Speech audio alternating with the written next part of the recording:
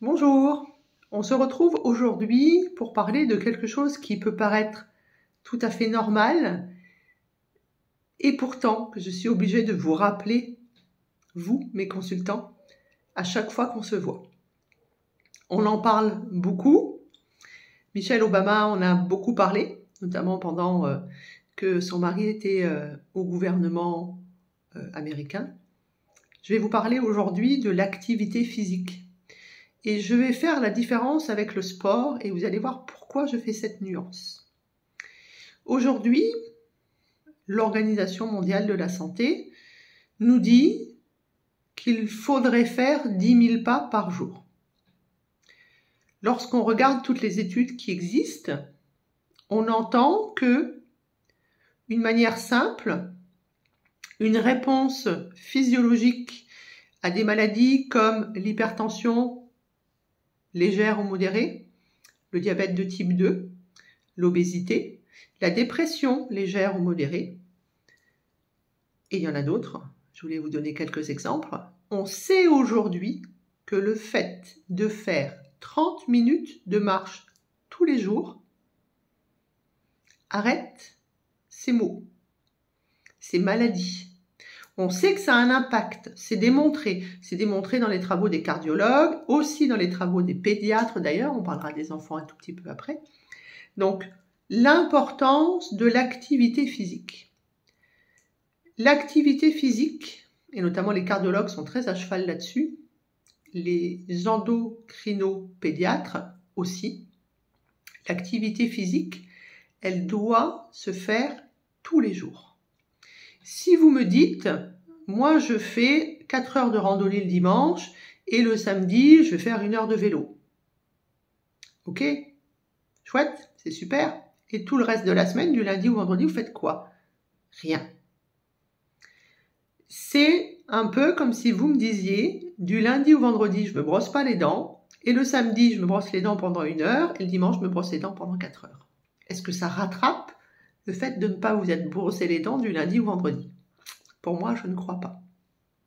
Donc, on va avoir une activité physique. Une activité physique, c'est faire un petit peu tous les jours quelque chose. Et on sait aujourd'hui que ce tous les jours, qui va convenir à tout le monde, c'est la marche. Parce que, entre guillemets, c'est facile pour tout le monde, parce que ça ne coûte pas d'argent, et que ça peut se faire au rythme de chacun. Et c'est ça qui est très intéressant, c'est que vous soyez petit, grand, un homme, une femme, âgé ou jeune, que vous ayez un handicap ou pas, que vous soyez obèse ou pas, eh bien vous allez pouvoir marcher. Et peut-être qu'au début, vous allez marcher juste 1 minute, peut-être 2. Et puis petit à petit, en fait, vous allez apprendre à marcher. Vous allez mettre en place ce qu'on vous dit depuis longtemps. On parle de manger, bouger. Ok. Alors manger, on sait très bien que manger, il y a une certaine manière de manger. Mais bouger, c'est de l'activité physique. Ça veut dire que je marche 30 minutes par jour. 30 minutes, si possible, d'affilée, c'est-à-dire 15 minutes à l'aller, 15 minutes au retour. Et pourquoi aujourd'hui on fait plus ça? Parce qu'aujourd'hui, tout est fait pour que nous soyons sédentaires. On est derrière notre bureau, assis. On est dans le transport en commun, assis. On prend les ascenseurs, on prend les escalators.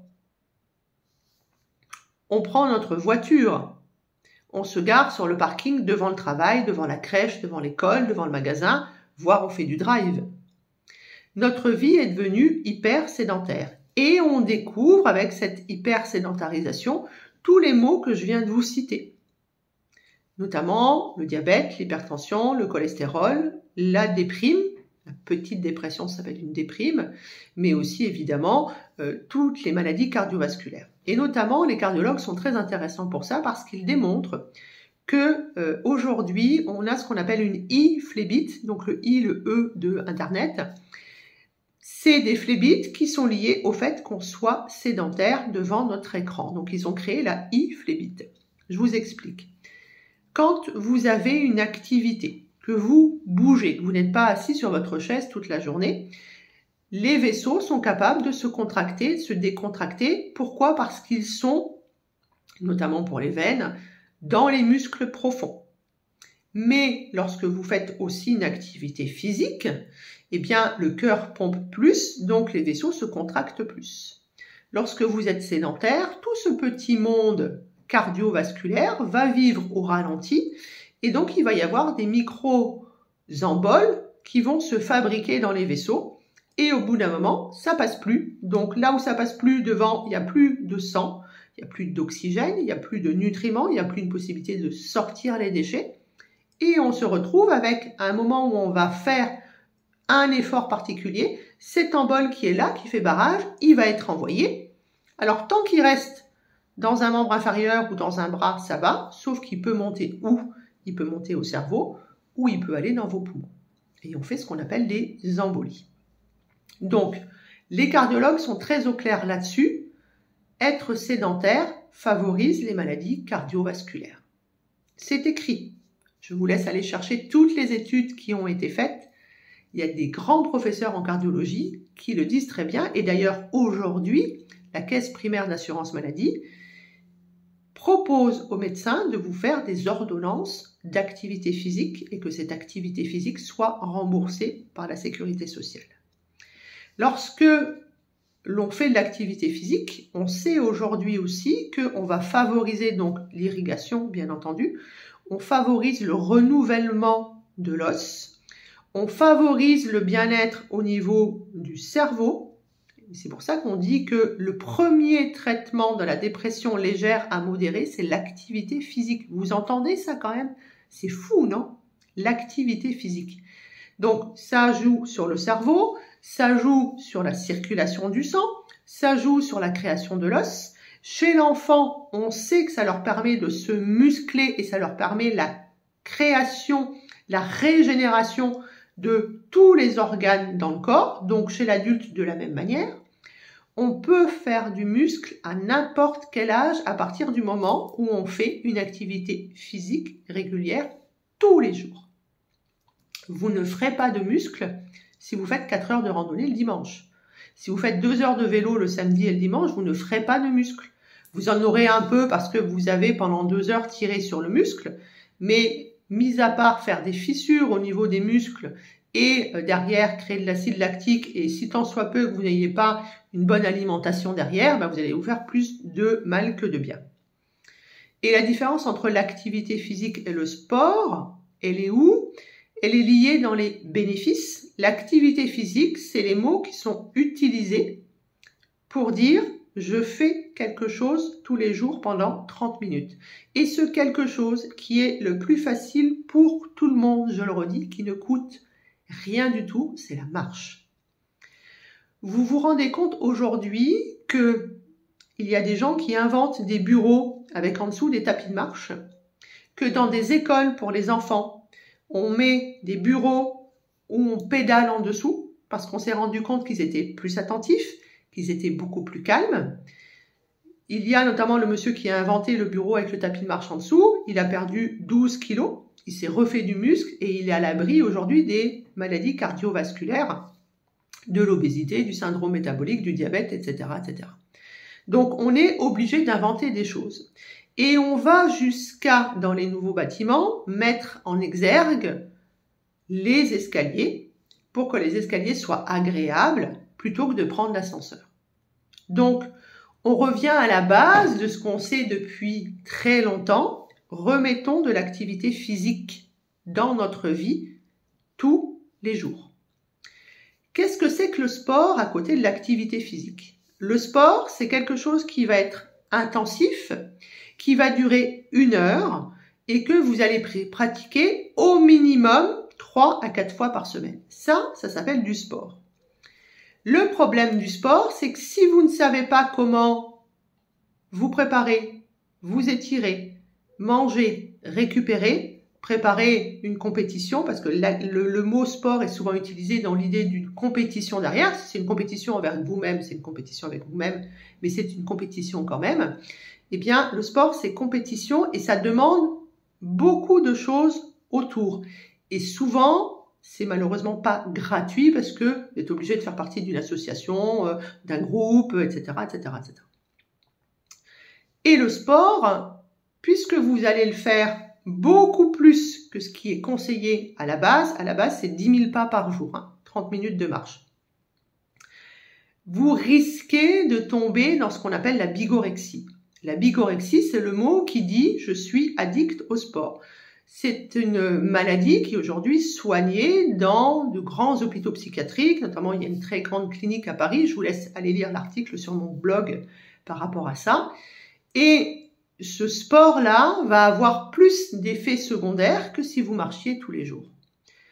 Donc, pour être en santé, donc santé physique, santé psychique, pour éviter les maux, et le dernier qui a été étiqueté dans les différentes études, c'est la maladie d'Alzheimer, on sait aujourd'hui que la sédentarité favorise la maladie d'Alzheimer. La maladie d'Alzheimer, c'est un diabète de type 3, donc c'est bien parce qu'on ne gère pas correctement ce qu'on mange, qu'on ne gère pas correctement notre sang, les hormones, le foie, etc., qu'on fait ce fameux diabète de type 3. Donc, aujourd'hui, on a assez de preuves qui nous démontrent qu'il est hyper important de faire de l'activité physique. Et cette activité physique-là, elle commence dès que vous êtes dans votre couffin. C'est-à-dire qu'il faut aujourd'hui remettre dans votre vie à vous, adulte, de l'activité physique, mais la même chose avec les adolescents, avec les enfants et avec les nourrissons.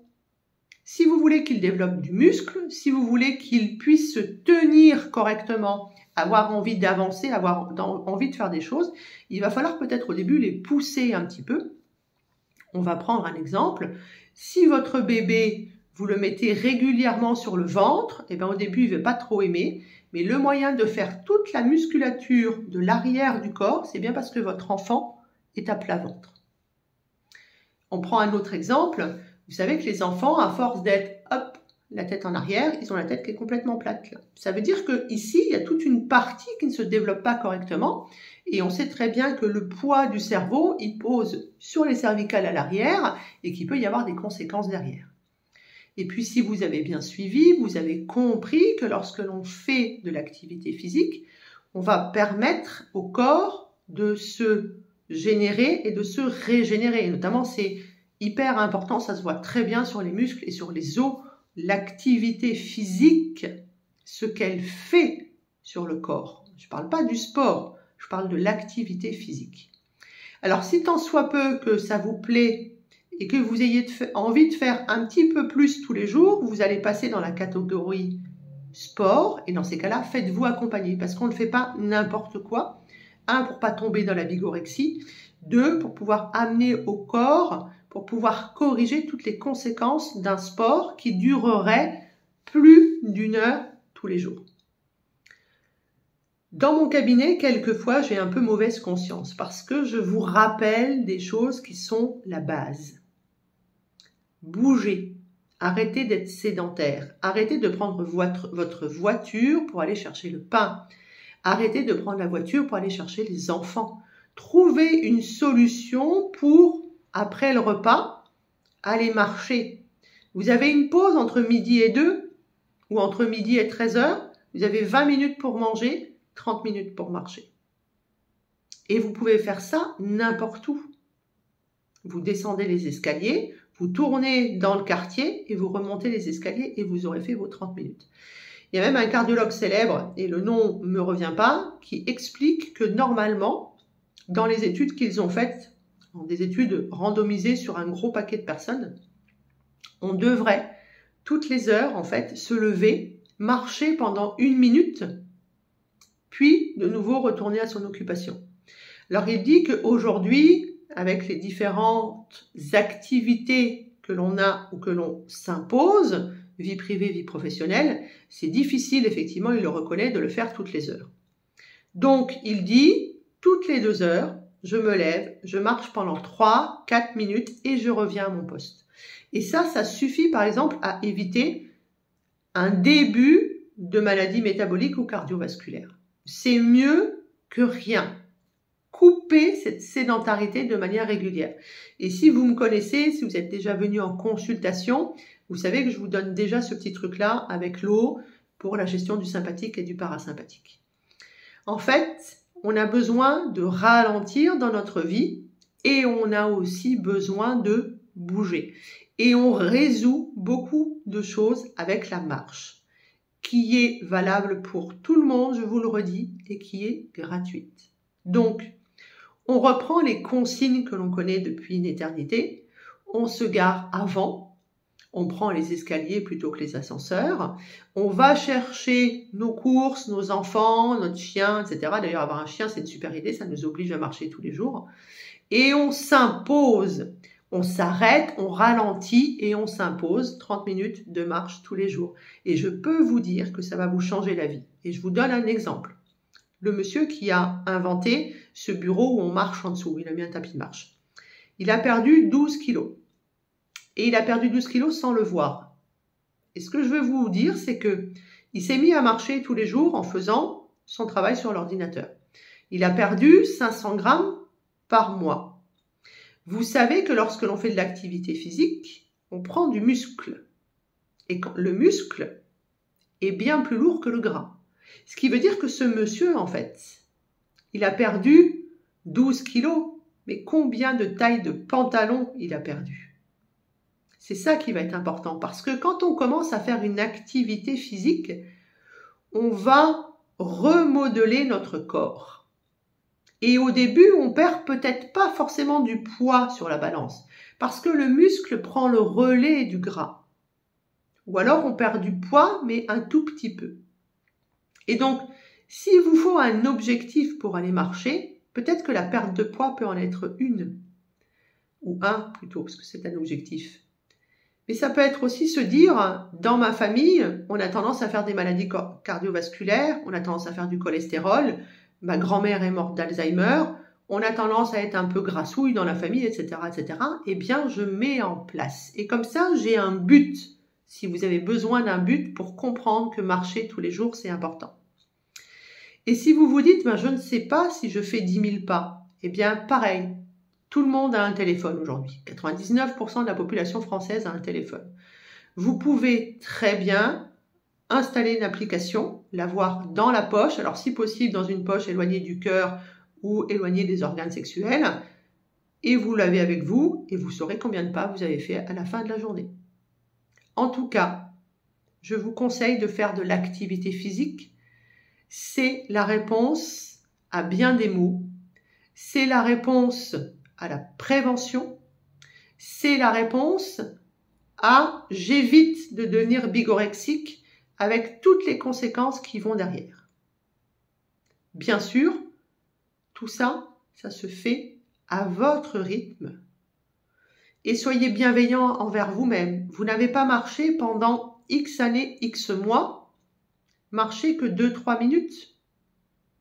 Lorsque l'on marche, lorsque l'on fait quelque chose, lorsque l'on porte des courses par exemple, lorsque l'on porte son enfant, lorsque l'on monte 3 escaliers, on ne doit pas être essoufflé. Vous devez normalement être capable de monter 10 escaliers d'affilée tout en parlant sans être essoufflé. Donc, est-ce que vous êtes capable de faire ça? Si vous êtes essoufflé, si vous n'avez pas ce qu'on appelle de l'endurance, c'est parce que vous ne faites pas assez d'activité physique tous les jours. Donc, oubliez, entre guillemets, je fais du sport à fond, parce que ça a des conséquences si vous n'avez pas le corps qui est fait et si vous n'êtes pas accompagné, et faites de l'activité physique. C'est ça la différence. Donc, oui à l'activité physique, oui à l'hydratation, oui au je ralentis. Tout ça, c'est ce que je vous dis tous les jours dans mon cabinet. Et oui, on est obligé de rappeler à notre cerveau que nous ne sommes pas des sédentaires, que nous devons bouger.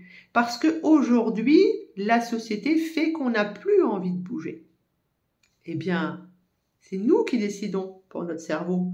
Alors allons-y, mettons en place de l'activité physique. Et vous allez voir que vous allez beaucoup mieux penser, que vous allez modeler votre corps, que vous allez éviter les maladies et que vous allez même, si c'est nécessaire, perdre du poids. Alors, on y va? 30 minutes par jour? Tenez-moi au courant de ce que vous faites. À bientôt!